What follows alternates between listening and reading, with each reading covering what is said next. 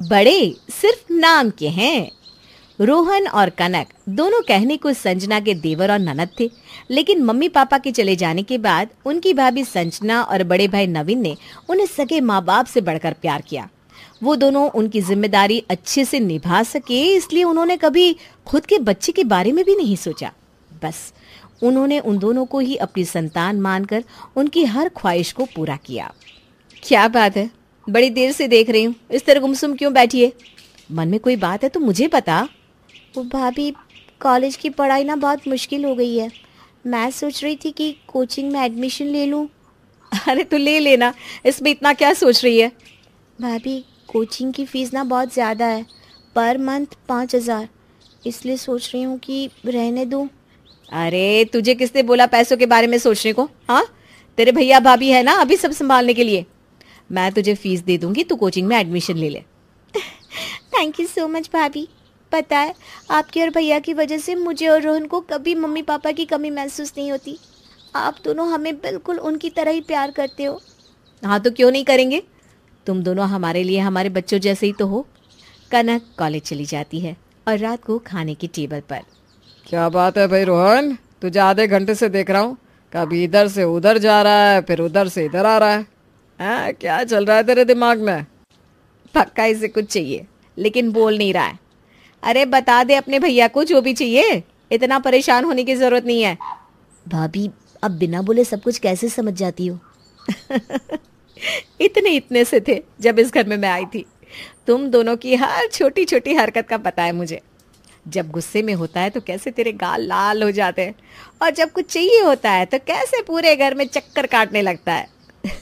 भाभी, चल अब बता क्या चाहिए। भैया, वो मेरी जो पुरानी बाइक है ना, बिल्कुल ख़राब हो गई है।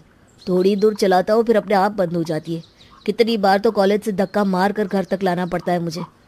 मैं कह रहा था आप मुझे कोई सेकेंड हैंड ही बाइक दिला दो तो।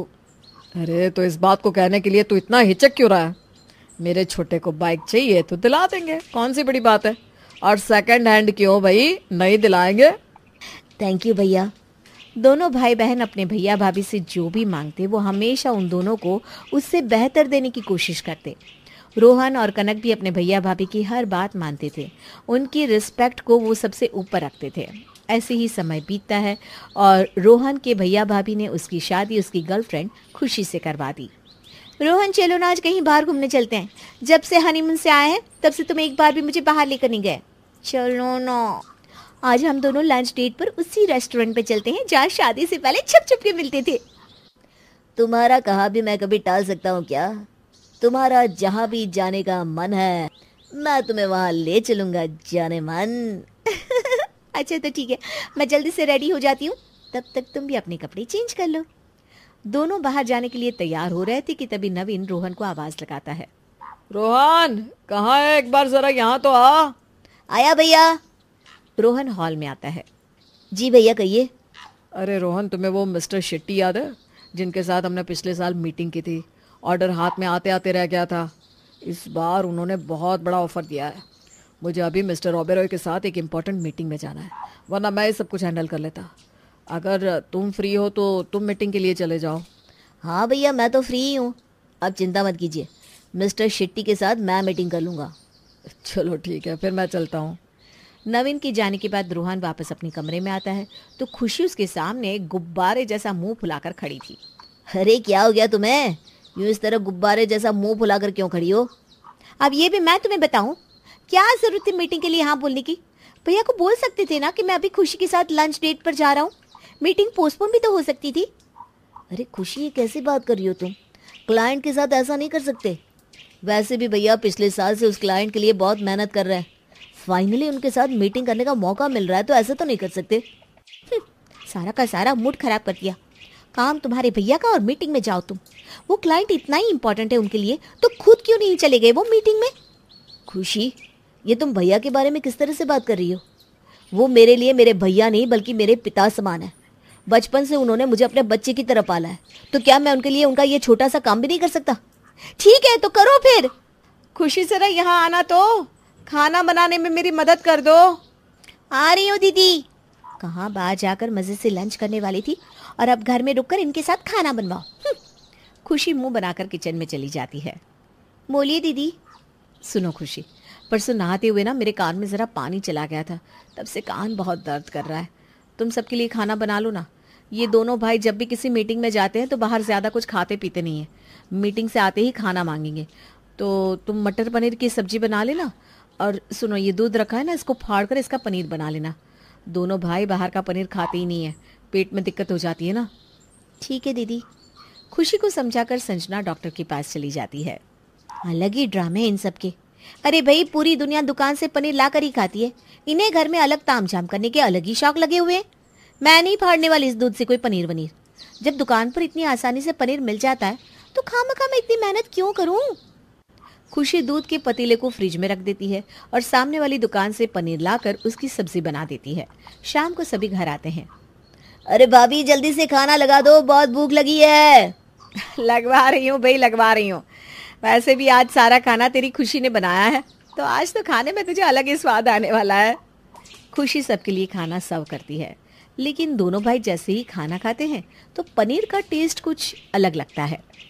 आज पनीर का टेस्ट कुछ अलग लग रहा है, बड़ा ही हैवी हैवी सा लग रहा है इसे खाती। ये बाहर का पनीर तो नहीं है ना? अरे नहीं नहीं, मैं खुशी को बोल कर गई थी, उसने घर पर ही पनीर फाड़ा है। नहीं दीदी, वो मुझे ना पनीर फाड़ने के लिए नींबू मिले ही नहीं, तो मैंने दुकान से पनीर लाकर बना दिया। अरे यार, नींबू नहीं मिल रहे थे तो भाभी से फ़ोन करके पूछ लेती। बाहर के पनीर से हम दोनों भाइयों का पेट खराब हो जाता है। आज तक जितनी बार भी हमने बाहर का पनीर खाया है, मुझे तो हमेशा फूड पॉइजनिंग हो गई है। इसीलिए भाभी स्पेशली मेरे लिए घर पर ही पनीर बनाती है। तुम्हें सब पहले से पता है, फिर भी बिना सोचे समझे ऐसी सब्जी बना दी। हम दोनों तो ये सब्जी नहीं खा सकते। भाभी, आप प्लीज़ हमारे लिए दोबारा सब्जी बना दो ना। ठीक है, मैं बना देती हूँ। संजना जल्दी जल्दी में सबके लिए दाल बना कर ले आती है और दोनों भाई बड़ी ही खुशी से उसे खा लेते हैं। पर यह देखकर खुशी बुरी तरह जल भून जाती है। मैंने इतनी अच्छी मटर पनीर की सब्जी बनाई, वो इन्हें अच्छी नहीं लगी, और दीदी की बनाई दाल दोनों भाई चुपचाप खा गए। अगले दिन, खुशी, मैं सबके लिए नाश्ता बना लेती हूँ, तब तक तुम घर में झाड़ू लगा दो। क्या दीदी, हर रोज़ घर का काम कर करके मैं बहुत पक गई हूँ। घर में काम वाली रख लेते ना, मुझसे रोज़ रोज़ घर का काम नहीं होता। अरे खुशी, हम घर में 5 तो लोग हैं, ज़रा सा काम होता है। इतने से काम के लिए भी घर में क्या नौकरानी रखनी। हाँ भाभी, जब आप घर में नहीं आई थी तो कभी कभी मैं भाभी की मदद करवा देती थी, वरना भाभी तो अकेले ही घर का सारा काम संभाल लेती थी। आपको तो भाभी ज़्यादा काम करने भी नहीं देती। हाँ खुशी, घर का ज़्यादातर काम तो भाभी ही कर लेती है। तुम भाभी का थोड़ा बहुत हाथ तो बटा ही सकती हो। इतने से काम के लिए भी घर में मेड रखने की ज़रूरत है क्या? अरे लेकिन छोड़ो, मुझे ऑफिस के लिए देर हो रही है, मैं चलता हूँ, बाय। सब अपने अपने काम पर निकल जाते हैं। तभी खुशी अपने कमरे में गुस्से में अकेले बड़बड़ाना शुरू कर देती है। जब देखो तब भैया भाभी, भैया भाभी, भैया भाभी। इन दोनों बहन भाई के लिए उनकी बात ऐसे होती है जैसे पत्थर की लकीर। भाभी ने बोला घर में मेड नहीं आएगी तो दोनों बहन भाई उसकी साइड हो गए। मेरी तो कोई बात ही नहीं सुनता घर में। लेकिन बस अब और नहीं, अगर इस घर पर अपना राज चलाना है तो डिवाइड एंड रूल तो खेलना ही होगा। जब तक इन दोनों बहन भाई को भैया भाभी के खिलाफ नहीं करूंगी, तब तक ये दोनों उनको ही भगवान की तरह पूछते रहेंगे। चल खुशी, शुरू हो जा अब। कुछ दिन बाद, कनक, मैंने और तेरे भैया ने तेरे लिए एक लड़का पसंद किया है। अगर तू बोले तो उन्हें घर पर रिश्ते की बात करने के लिए बुला ले। जैसा आपको ठीक लगे भाभी, आप दोनों मेरे लिए जो भी सोचेंगे अच्छा ही सोचेंगे। तो ठीक है, फिर हम अगले हफ्ते उन्हें घर बुला लेते हैं। वाह खुशी बेटा, अच्छा मौका मिला है तुझे कनक को भैया भाभी के खिलाफ भड़काने का। खुशी छिप छिपा कर रिश्ते वाले की डिटेल्स निकालती है तो उसे पता चलता है कि वो लड़का नवीन का एक बिजनेस क्लाइंट है। अब वो इस बात का फायदा उठाकर कनक के सामने अपनी बनाई हुई कहानी पेश करती है।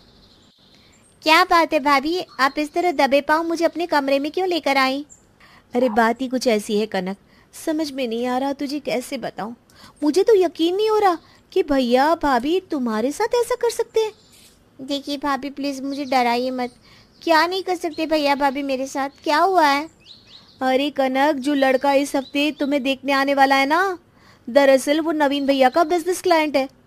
हाँ, ये तो मुझे पता है भाभी, लेकिन इसमें इतना परेशान होने वाली क्या बात है? ओफो, तुम ना बहुत भोली हो कनक। एक्चुअली कल मैंने भैया भाभी को बात करते हुए सुन लिया था। वो दोनों तुम्हारी शादी इसलिए उससे करवाना चाहते हैं क्योंकि इसके बदले उन्हें एक बहुत बड़ी बिजनेस डील मिलेगी। वो लड़का बिल्कुल भी अच्छा नहीं है, लेकिन सिर्फ डील के लालच में वो तुम्हारी शादी उससे करवा रहे हैं। क्या? ये आप क्या कह रही हैं भाभी? भैया भाभी मेरे साथ ऐसा नहीं कर सकते। मुझे भी यही लगता था, लेकिन जब ये मैंने अपने कानों से सुना तो एक पल को तो मैं भी इस बात को हजम नहीं कर पाई। देखो खुशी, भले ही उन्होंने तुम्हें पाला पोसा है, लेकिन फिर भी वो तुम्हारे माता पिता तो नहीं है ना। तुम मुझे बिल्कुल अपनी छोटी बहन की तरह प्यारी हो, इसलिए मैं तुम्हें समझा रही हूँ। कभी कभी ना जो इंसान हमें सामने से अच्छा लगता है वो वैसा होता नहीं, और सच तो कभी कभी बहुत कड़वा होता है। मैं नहीं चाहती कि तुम मुझसे शादी करके अपनी ज़िंदगी खराब करो, बाकी फैसला तुम्हारे हाथ में है। अच्छा किया भाभी जो आपने सब कुछ मुझे बता दिया। आज के बाद मैं फिर कभी भैया भाभी पर भरोसा नहीं करूंगी और ना ही उनकी पसंद से शादी करूंगी। कनक गुस्से में वहां से चली जाती है। चलो, एक तो कब्जे में आ गई, अब दूसरे की बारी। शाम को जैसे ही खुशी को रोहन की बाइक की आवाज़ सुनाई देती है तो वो कमरे में परेशान होकर बैठ जाती है। अरे खुशी, क्या हुआ तुम्हें? तुम्हारी तबीयत ठीक नहीं है क्या? इतने परेशान क्यों हो? नहीं रोहन, कुछ नहीं हुआ। कुछ बात तो ज़रूर है, बताओ मुझे क्या हुआ। बता भी दूंगी तो कौन सा आप मुझ पर यकीन कर लेंगे। अरे ऐसा क्यों बोल रही हो खुशी, बताओ मुझे क्या बात है। आज मैं ना जब घर की सफाई कर रही थी तो मैंने भैया भाभी को कहते सुना कि कनक की शादी में रोहन से आधे पैसे ले लेंगे, और एक बार कनक की शादी हो जाए उसके बाद इन दोनों को घर से निकाल देंगे। क्या? भैया भाभी ऐसा बोलना तो दूर, ऐसा सोच भी नहीं सकते। मैं जानती थी आप मेरी बात पर यकीन नहीं करोगे, इसीलिए आपको बताने से मैं कतरा रही थी। आप खुद सोचिए ना, अब तो आपकी शादी हो गई, लेकिन फिर भी घर के पेपर्स में भैया भाभी ने आपको आपका हिस्सा दिया नहीं ना। ये पूरा घर अभी भी भैया के नाम पर है। भैया भाभी के प्यार में इतने भी अंधे मत बनो कि आपको उनकी सच्चाई ही दिखाई ना दे। अभी भी वक्त है, भैया से कहकर अपना हिस्सा मांग लीजिए और इस घर का बंटवारा करवा लीजिए, वरना कल को हम दोनों के पास पछतावा करने के अलावा और कुछ नहीं रह जाएगा। कनक बड़ी ही चालाकी से रोहन को अपनी बातों में फंसा लेती है। तभी रात के समय, कनक, मैंने तुम्हारे लिए साड़ी निकाल दी है, जब रिश्ते वाले आएंगे ना तो तुम वही साड़ी पहन लेना। मैं आपको बताना भूल गई भाभी, लेकिन मुझे वहाँ शादी नहीं करनी। आप उन्हें आने के लिए मना कर देना। अरे पहले तो तूने हाँ बोला था, अब अचानक तुझे क्या हो गया? विद्युत बहुत अच्छा लड़का है। नहीं भैया, मैं अच्छी तरह जानती हूँ वो कितना अच्छा लड़का है, और आप क्यों मेरी शादी उससे करवाना चाहते हैं। मुझे उस लड़के से शादी नहीं करनी, और प्लीज़ मैं इस बारे में और कोई बात नहीं करना चाहती। मैं अपने कमरे में जा रही हूँ। अरे इससे अचानक क्या हो गया? आज से पहले तो इसने कभी हमसे इस तरह की बात नहीं की। बात तो मुझे भी आपसे कुछ करनी है भैया। हाँ बोल, क्या बात है? देखिए भैया, मैं बात को ज़्यादा घुमाऊंगा फिराऊंगा नहीं। हम दोनों चाहते हैं कि आप हमें इस घर में से हमारा हिस्सा दे दें। हम दोनों अपना सेपरेट घर बनाकर रहना चाहते हैं। आसान शब्दों में आप घर का बंटवारा कर दीजिए। अरे ये तुम कैसी बात कर रहे हो रोहन? हम सब एक साथ इतने अच्छे से रहते हैं, फिर भला घर का बंटवारा करने की क्या ज़रूरत है? देखिए भाभी, मैं अब आपकी इन चिकनी चुपड़ी बातों में और नहीं आने वाला। मैं आपसे बहस नहीं करना चाहता, लेकिन इस घर पर जितना हक भैया का है उतना ही हक मेरा भी है। इसलिए जितनी जल्दी घर का बंटवारा हो जाए उतना ही अच्छा है। मैं कल ही वकील को घर पर बुला लूँगा। अरे लेकिन नहीं संजना, कोई लेकिन लेकिन नहीं। अगर ये ऐसा चाहता है तो फिर ऐसा ही होगा। चलो अपने कमरे में चलते हैं। नवीन और संजना बड़े ही परेशान चेहरों के साथ अपने कमरे में चले जाते हैं। अगले दिन वकील घर पर आकर घर का बंटवारा कर देता है, और घर का बंटवारा करवाने के बाद रोहन खुशी के साथ अपने सेपरेट घर में रहने लगता है। आखिरकार जो मैं चाहती थी वो हो ही गया। इस खुशी से आज तक कोई नहीं जीत पाया। तो भैया भाभी क्या चीज़ है। अब कोई भैया भाभी की किटकिट नहीं, आराम से जो मर्जी अपने घर में करूंगी। अब कनक भी हमेशा अपने भैया भाभी से उखड़ी उखड़ी रहती, कभी सीधे मुंह से बात तक नहीं करती, और घर का बंटवारा होने के बाद कभी रोहन भी उनका हालचाल पूछने नहीं आता। जिन दोनों को अच्छा भविष्य देने के लिए नवीन और संजना अपने बच्चों को भी इस दुनिया में नहीं लाए, आज खुशी की वजह से वो दोनों उनके चेहरे की ओर देखना भी पसंद नहीं करते थे। अब नवीन और संजना का मन अंदर ही अंदर उन्हें काटने को दौड़ता था। ऐसे ही कुछ समय बीता और खुशी प्रेग्नेंट हो गई। उसकी प्रेगनेंसी का 9वां महीना चल रहा था, लेकिन उसके पास उसकी देखभाल करने के लिए कोई भी नहीं था। तुम प्लीज़ थोड़े दिन के लिए ऑफिस से छुट्टी ले लो, मैं इस हालत में अकेली नहीं रह सकती। तो मैं क्या करूँ खुशी, मेरे सर पर इतने सारे खर्चों का प्रेशर है कि मैं चाहकर भी ऑफिस से छुट्टी नहीं ले सकता। तुम अपने मायके में फ़ोन करो ना, तुम्हारी माँ या भाभी थोड़े दिन यहाँ आ जाएगी। मैंने फ़ोन किया था, लेकिन भाभी ने कहा कि उन्हें पहले ही बहुत काम है और माँ की तबीयत भी ठीक नहीं है। अगर इस वक्त हम भैया भाभी के साथ होते तो तुम्हें किसी को कॉल करने की ज़रूरत ही नहीं पड़ती, भाभी अकेले ही सब संभाल लेती। बस करो, मुझे यहाँ तुम्हारी भाभी की बड़ाई नहीं सुननी। तुम्हें ऑफिस जाना है ना, जाओ अपने ऑफिस। रोहन ऑफिस के लिए निकल जाता है। तभी पीछे से खुशी को अचानक लेबर पेन स्टार्ट हो जाता है। वो रोहन को बार बार फोन करती है, लेकिन मीटिंग में फोन साइलेंट होने की वजह से उसे कॉल का पता ही नहीं चलता। जब खुशी के पास कोई ऑप्शन नहीं बचता तो वो हार कर अपनी जेठानी संजना को ही फोन करती है। संजना अपना सब काम छोड़कर तुरंत ही खुशी को हॉस्पिटल लेकर जाती है, जहाँ संजना एक प्यारी सी बच्ची को जन्म देती है। कितनी प्यारी है, बिल्कुल तुम पर गई है। तुम्हें पता है, मैं भी हमेशा से चाहती थी कि मेरी भी ऐसी ही प्यारी सी बेटी हो, लेकिन रोहन और कनक को संभालने में कभी अपने बच्चे के बारे में सोचने का मौका ही नहीं मिला। दोनों के साथ इतना घुल मिल गई कि उन दोनों को हमेशा मैंने अपने बच्चों की तरह पाला। लेकिन ये कहते हुए संजना की आंखों में आंसू आ गए। उसका दर्द उसकी आंखों में साफ छलक रहा था। आज अपनी बच्ची को जन्म देने के बाद खुशी संजना और नवीन के मन में रोहन और कनक के लिए उनकी ममता समझ पाई। उसे आज अपने किए पर बहुत पछतावा हुआ। मुझे माफ़ कर दीजिए दीदी। जब कनक और रोहन जी आपकी और नवीन भैया की हर बात में हाँ मिलाते थे तो मुझे बिल्कुल अच्छा नहीं लगता था। मैंने कनक और रोहन जी को आपसे इतना दूर कर दिया। मुझे माफ़ कर दीजिए भाभी। मैं फिर से आपकी देवरानी बनकर आपकी छाया में रहना चाहती हूँ। नहीं चाहिए मुझे कोई बंटवारा। आप तो रोहन जी की बड़ी भाभी थी, लेकिन फिर भी आपने उन्हें माँ से बढ़कर प्यार किया। इस परिवार को तोड़कर मैंने बहुत बड़ा पाप किया है।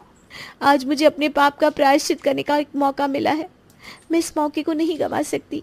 मैं कब से इस दिन के इंतजार में थी कि तुम दोनों फिर से हमारे साथ रहने आ जाओ, और अब तो हमारी गुड़िया रानी भी हमारे साथ उस घर में रहेगी।